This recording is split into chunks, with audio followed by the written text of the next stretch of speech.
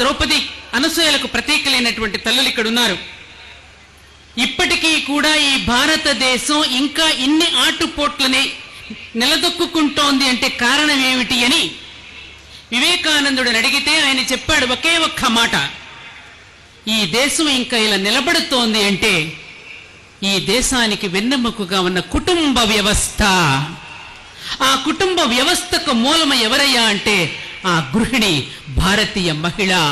భారతీయ మహిళ గనుక తాను ఎప్పుడైతే గాడి తప్పుతుందో, ఎప్పుడైతే బూటీ ప్యారలకు వెళుతుందో, ఎప్పుడైతే సీరియల్స్ ముందు కూర్చుంటుందో, చక్రవాకం, మొగలి రేకులు లాంటి సీరియల్స్ ముందు కూర్చుని తన అస్తిత్వాన్ని మర్చిపోయి పిల్లవాడికి చిన్నప్పటి నుంచి చందమామ రావే, జాబిల్లి రావంటే గోరుముద్దలు తినిపిస్తూ ఆ తల్లి ఎప్పుడైతే సీతమ్మ వారి లాలిపాటలు వినిపించడం మానేసిందో, కెవ్వు కేక అని అంటూ ఉంటే పిల్లలు గంతులేస్తూ ఉంటే 6 నెలల పసివాడు కూడా ఆ కెవ్వు కేక అని పెట్టగానే డాన్స్ చేసేస్తున్నాడు.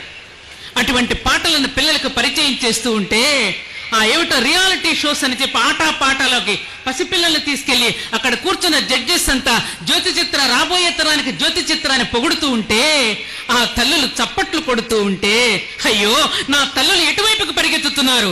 ఈ భారతీయ మహిళ ఎప్పుడైతే గాడి తప్పుతుందో, ఈ భారతీయ మహిళ ఎప్పుడైతే వెండి తెరకెక్కుతుందో అప్పుడే సభ్య సమాజం పాడవుతుందని చెప్పారు జగద్గురు చంద్రశేఖరేంద్ర సరస్వతి మహాస్వామి వారు.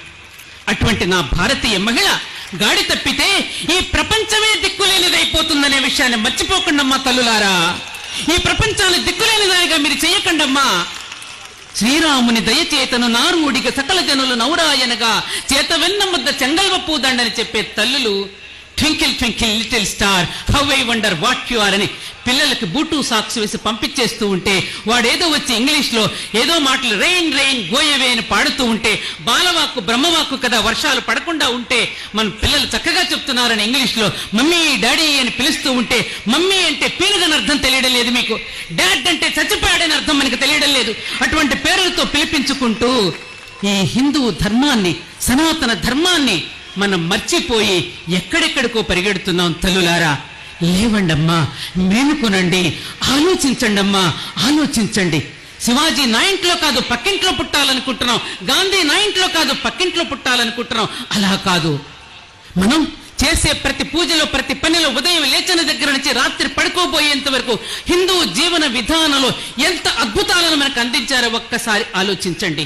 ఇక్కడ నువ్వు షోడశోపచార పూజ చేస్తున్నావు అంటే చేస్తూ ఉన్నప్పుడు బెల్లు కొట్టి కనుక ఎవరైనా వస్తే, వెంకటేశ్వరరావు గారు మన ఇంటికి వచ్చారు, కాలింగ్ బెల్లి కొట్టారు, ఇక్కడ మనం